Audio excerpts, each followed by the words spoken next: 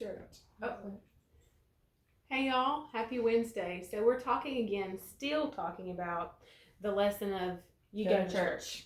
And I think one thing you really hit on yesterday, Natalie, about we talked about Dad presenting himself and putting his best on and cleaning up and um, he took not pride because it wasn't a pride or arrogance, but reverence was a very good word for that. And for him, it was because God deserved his best. Yeah. It wasn't that God won't receive me if I don't come this way, or I have to wear this because so and so's wearing that, or I have to be this way because it's expected of me. For him, and what he taught us.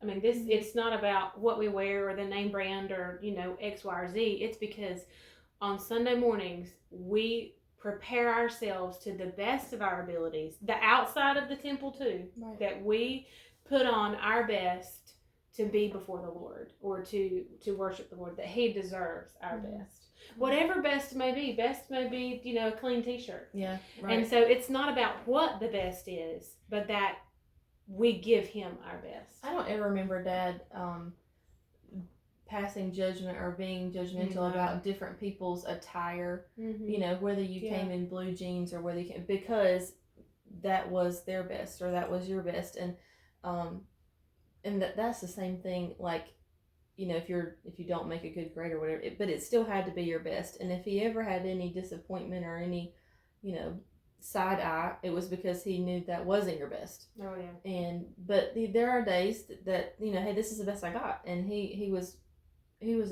gracious for that. Yeah. I think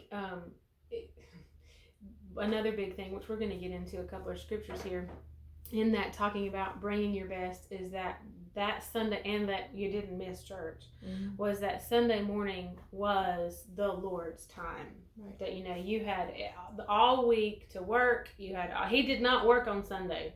No. Like and again, owning his own business, being the bottom line, when the customers he had to go. It was very rarely that he worked on a Sunday, and if he did, it was because he was contractually bound to be there within a 4-hour window. Yeah. So for him, unless it was an absolute have to, he said, I'll see you Monday morning. I'll see you first thing in the morning.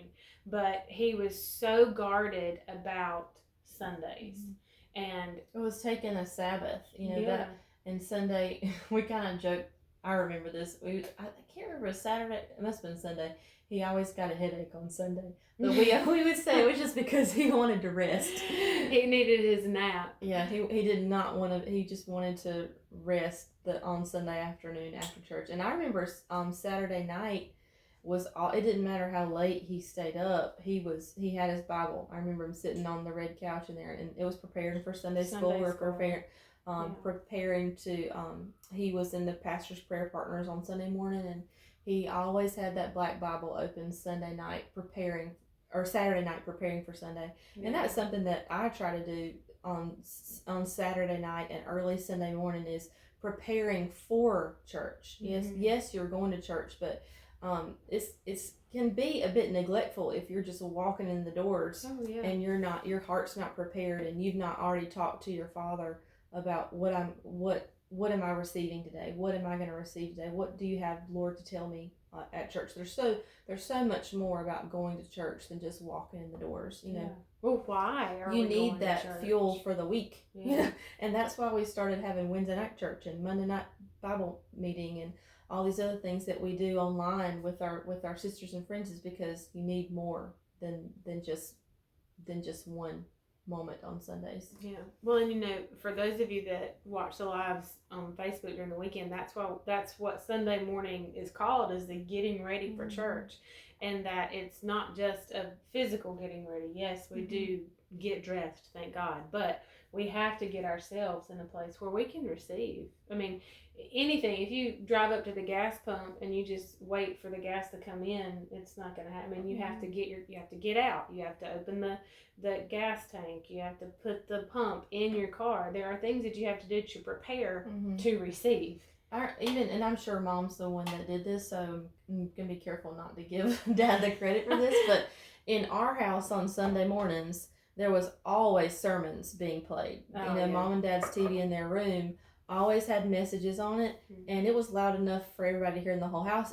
And for me, being a child and a teenager growing up, and I was trained, and I still do that to this day on Sunday morning. Yeah. Now it might be the Golden Girls on Monday, but on Sunday morning, I always have that word prepping me to, you know, before church. I don't want any secular distractions on Sunday mornings because I'm going into my time with the Lord. And so that's another way just to prepare for your going to church is to get your worship music on, get your sermons on. Have the word playing. Yeah, have it going. Have it playing. Well, we're at 5 minutes, so we'll pick it for tomorrow. See you then. Bye, y'all.